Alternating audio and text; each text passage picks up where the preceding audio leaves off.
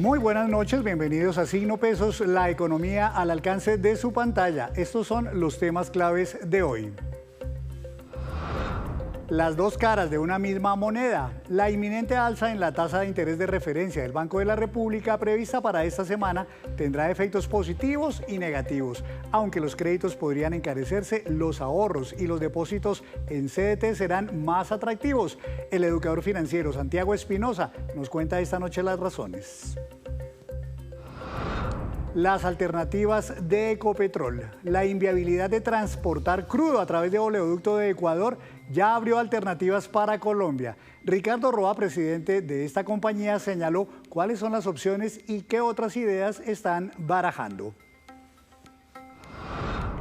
Se acaba la retefuente en el comercio. Un decreto que alista el gobierno eliminará los giros de retefuente para los almacenes cuando reciben pagos con tarjetas de sus clientes. Les contaremos los alcances y beneficios de esta anunciada norma.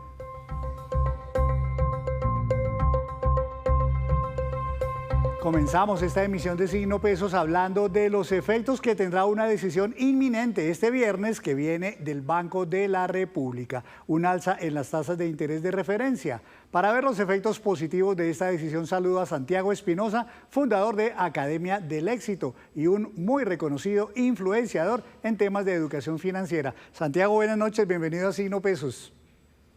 Buenas noches, muchísimas gracias por la invitación, feliz de estar acá. Muchas gracias. Pues en estos días estuvimos hablando aquí en este programa sobre el tema de cómo se van a encarecer los créditos a raíz de estas alzas que se prevén para este año en las tasas de interés. Pero la parte buena son los CDTs. ¿Por qué los CDTs se benefician con un incremento en las tasas de interés del Banco de la República? Excelente punto. Justamente los CDTs hacen parte de un segmento que se llama la renta fija. La renta fija son inversiones que tienen, como su nombre lo dice, una rentabilidad fija de interés. Entonces, si el Banco de la República sube la tasa de interés, entonces los CDTs en general en el mercado podrían empezar a rentar más. Eso no solamente lo vemos en CDTs, sino también en otros productos como por ejemplo las cuentas de ahorro de alta rentabilidad que tanta popularidad han cogido en los últimos años en Colombia. Hoy los CDTs están ofreciendo pues una tasa variable según la entidad, pero en los mejores casos eventualmente 10,5%, creo que de pronto hasta 11% no pasen de ahí. ¿Podrían subir un par de puntos, 3 puntos más dependiendo de cómo se mueva el Banco de la República este año? Tal cual, hoy el mejor CDT del país está pagando el 11% para que ojalá las personas también revisen qué CDTs están viendo y las tasas de interés, pero hoy el mejor del país está dando el 11%.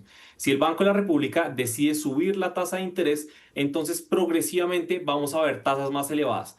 ¿Hasta qué punto vamos a llegar? Eso depende de qué tanto el Banco de la República suba la tasa de interés y cómo se comporte la inflación en los próximos meses en el país. Nos estamos refiriendo a los CDTs, pero eventualmente las cuentas de ahorro que se llaman cuentas remuneradas también podrían sufrir ese buen efecto de las tasas de interés más altas.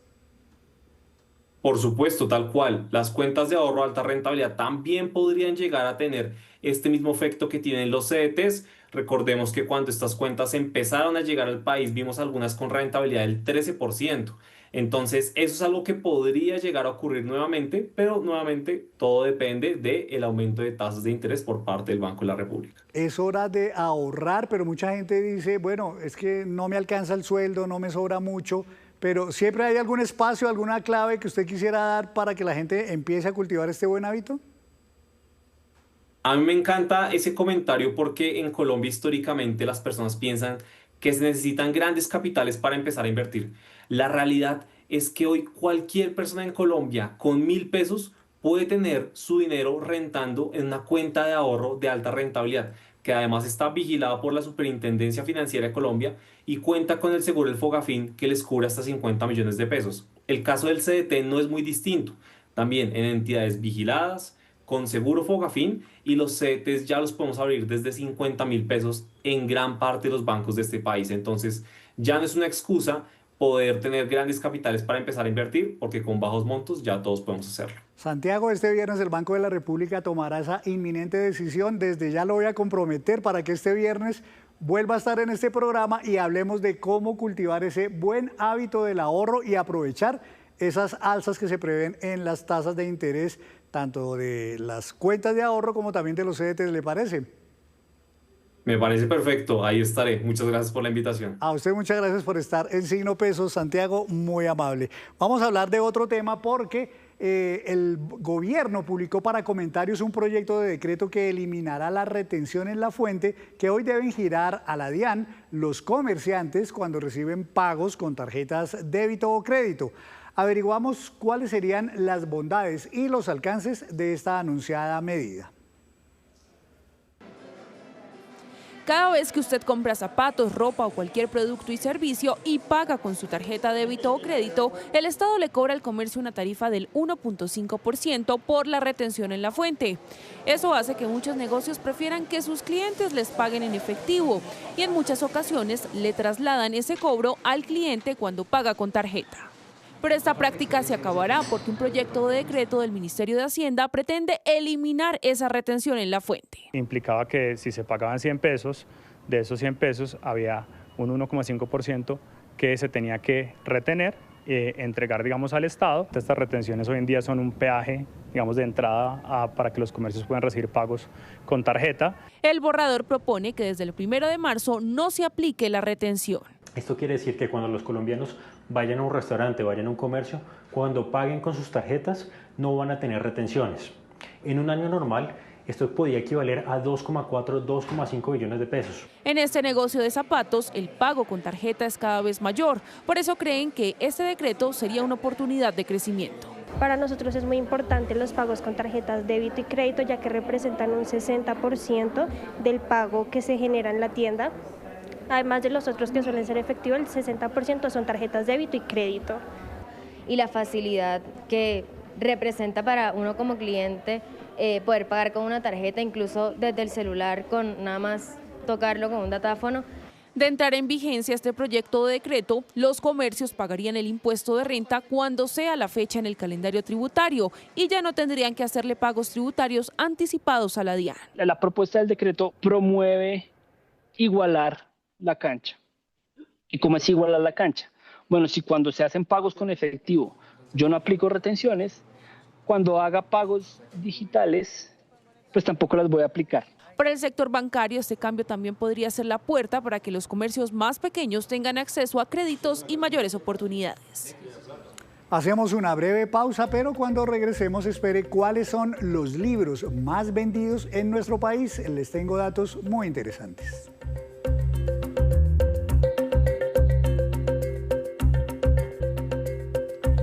Gracias por mantenerse conectado con Signo Pesos. Para Ecopetrol y otras compañías petroleras se ha vuelto un dolor de cabeza la situación conflictiva con Ecuador, país que decidió elevar de casi 3 a 30 dólares la tarifa que les cobra a las empresas colombianas por transportar crudo a través de su oleoducto transecuatoriano. El presidente de Ecopetrol, Ricardo Roa, se pronunció hoy sobre todo este problema. Veamos primero lo que dice sobre las empresas afectadas. El movimiento que hay a través de la infraestructura del OTA normalmente es de cerca de 30.000 barriles. Allí hay presencia de 4 actores: Ecopetrol, Geopar, Gran Tierra, Parex. Nosotros movemos normalmente entre 8.500 y 10.000 barriles de crudo para exportación a través de esta infraestructura. Roa explicó por qué parte del petróleo colombiano que se extrae en el sur del país se saca vía Ecuador. Recordó que es allí, en esta zona, donde hay un oleoducto colombiano, el Trasandino, pero está fuera de operación, lo que obligó a buscar la salida a través del vecino país de Ecuador. Respecto de la noticia de la afectación arancelaria a la operación que adelanta del crudo para exportación el Grupo Ecopetrol y alguna de sus filiales, me permito manifestarles que lógicamente estamos evaluando, hay una historia detrás de esto que comienza a finales por allá del 2023, donde a raíz de la altísima actividad sufrida por el robo del crudo en este oleoducto, se estaban perdiendo prácticamente entre el 25 y 30% del crudo transportado. En ese año tuvimos la presencia de más de 1.600 válvulas ilícitas a través de las cuales se extraía ilegalmente este energético. A raíz de eso se tomó la decisión de pensar en alternativas y una de ellas fue la decisión de tratar de exportar a través de 2 oleoductos en Ecuador, conectados al lago Agrio, estas exportaciones. Desde ahí se venía operando este sistema con la medida que hoy se está conociendo. Tendríamos afectaciones importantísimas sobre el coste de la tarifa de transporte del crudo por esa infraestructura. A nosotros, regulatoriamente, ese activo nos representa $5.7 por barril de transporte, el OTA. Teníamos una tarifa negociada con Ecuador de $2.7 por barril. Con esta medida arancelaria se vuelve casi $30 por barril. Pues las empresas afectadas tienen varias opciones para sacar ese petróleo desde el sur del país sin pasar por Ecuador, pero todas son costosas y se están estudiando por eso varias fórmulas. Veamos lo que dice el presidente Ricardo Roa sobre estos temas.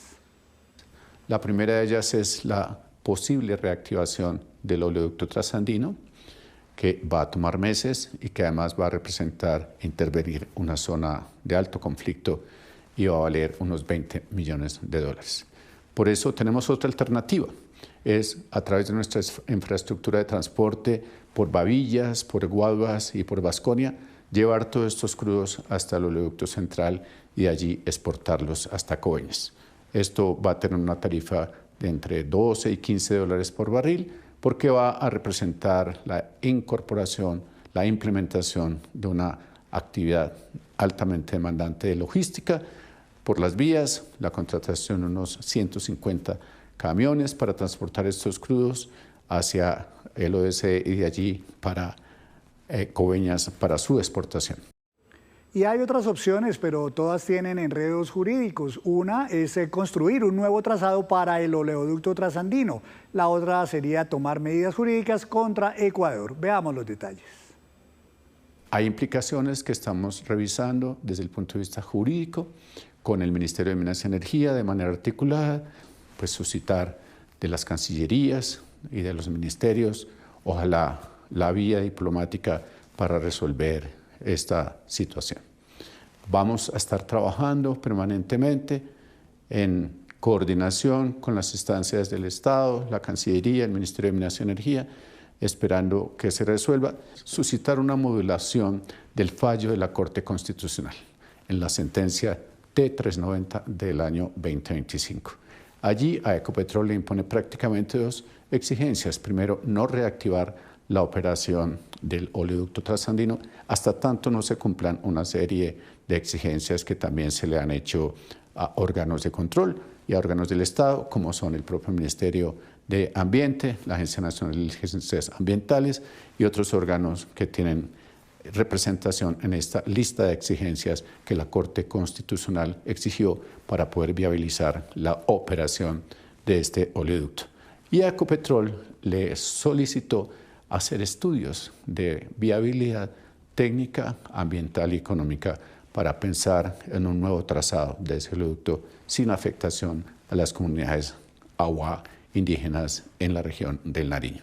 Activar por normativa de la Comunidad Andina de Naciones un tribunal de justicia bajo las normas del Acuerdo de Cartagena que están prácticamente sustentadas en la alteración con una afectación económica grave para nuestro movimiento de los crudos por estos activos, pero también están restringiendo el libre comercio de un energético que es estratégico para el país.